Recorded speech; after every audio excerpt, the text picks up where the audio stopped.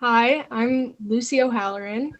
And I'm Miriam Bloom, and today is March 22nd. We're here to interview Molly and Dan Grupe about their Adopt a Storm Drain project and their rain barrels as part of the City of Monona's Sustainability Champions program. So, why did you guys want to start this project? Yeah, so I joined the city council in 2018, and in I think 2019 I got assigned to the sustainability committee, which is one of Monona's local government city committees made up of residents of Monona and some city staff leadership.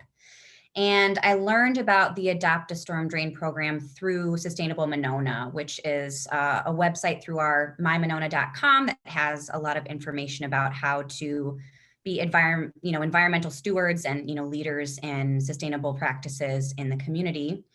And I've always been one of those people that picks up trash when I go on walks, and so Adopt a Storm Drain is just an easy way. There are 4 storm drains at the intersection right by my house that usually during the fall, especially, I will go and rake out leaves or clean out debris so that it doesn't end up going into our groundwater, our storm well.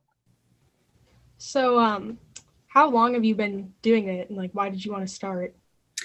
I think I've been doing it for about 2 years now, and as I said, I think people lead really busy lives, and it was a way that I thought, I could come home from work, rake the leaves out, or remove debris from the drains and feel like I was keeping our lakes clean without, having to take on another, committee or board membership or, something that was a little larger scale. So it's a nice, easy way to make sure that our water stays clean. And then, if there were any other people interested in this, how did they get involved? That's a great question. So I mentioned mymonona.com, which is our city website, and that has all of the information about Sustainable Monona, which is one of the departments that sort of speaks to all of the things that we do as a sustainability committee and as a city government. And the Adopt a Storm Drain sign up is on that page. And so it's super easy. You just send an email to the city, specify where you live and what drain you might want to adopt. And then you get a sign that says that you adopted the drain, and people can see it and express interest to you too as a citizen if they're walking by and they see you working. Cool. Well, thank you. Thanks so much. You also have a rain barrel project. Can you give us a brief description of that project? Yeah, so we have 2 rain barrels. One of them collects water from our back roof, and the other one collects water from the garage. And the first one that I got was actually the city of Monona about 5 years ago, maybe, subsidized some rain barrels. So Dane County does a rain barrel sale every spring. You can order compost bins and rain barrels, and Monona actually subsidized some.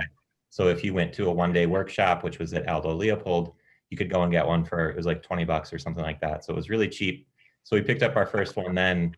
And then the other one I just found at like the thrift store, whatever, what's it called? The Restore? The Restore, just up on Monona Drive. So I found a second one a couple of years ago to double our capacity. When did you start, and how long did it take to complete? So these are kind of cool rain barrels because they come in these bricks. They're kind of like those waffle blocks. So it comes in a pretty tidy package. They're good for shipping. It took me the first one took a lot longer because I was figuring it out. So, it took about an hour to put together. You have to cut a little section out of your downspout so that you can put a diverter in, which will divert water into the barrel. So that took another hour or so. And then you have to just make sure that it's up elevated so that you can get a watering can or something under the rain barrel to collect it. So, it took a few hours to figure that one out. The second one went much quicker once I had it down. What was your motivation for taking on that project? So I think it was really 2 things. One is that, every gallon of water that falls on the roof, if it's not being collected, it's just going down the driveway and then into the storm drains. And if people don't rake their gutters and there's leaves collecting, it'll run, a bunch of phosphorus and stuff will run into the lake. So part of it is just capturing some of that rainwater that we're otherwise using. So it kind of doesn't make sense, like free water is falling from the sky and it's going into the lake, and then you're paying the city to pump water out if you need to water your lawn or plants or anything like that. So, it made financial sense. We were saving a little bit of money. It was saving the lakes, and also rainwater is so much better for your plants. It hasn't been treated at the plant, so it's just falling right from the sky. So I can collect it, put it in watering cans, and use it for my garden. Yeah, we have a couple of raised garden beds in our backyard and other plants, and it's a really easy way to fill a watering can and water our garden vegetables and plants instead of hooking up the hose or coming inside to fill up from the tap. Is there anything you would change about this project if you did it again?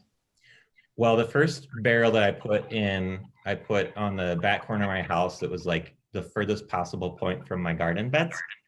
So I was like, every time I needed to fill up a can, I had to fill it up and then walk. It's not that far, and I'm, reasonably young and healthy. So, but it was a long walk. So I actually did get to install a second one, and the second one I put in the garage, so it was right by the garden bed. So I would say if you're planning this out, think about what you're going to do with the water, and put the rain barrel there. You get a ton of water from like an inch rainfall just on my garage. It probably fills up the 55-gallon barrel.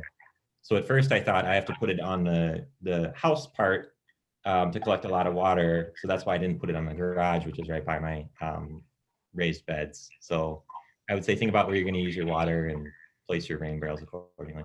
Thanks so much for taking the time to speak with us. Those are really awesome projects, and we appreciate the opportunity to learn more about how y'all are working to protect our water. You're welcome. Thank you both so Thank you. much. Yeah, thank you for doing this project. This is awesome.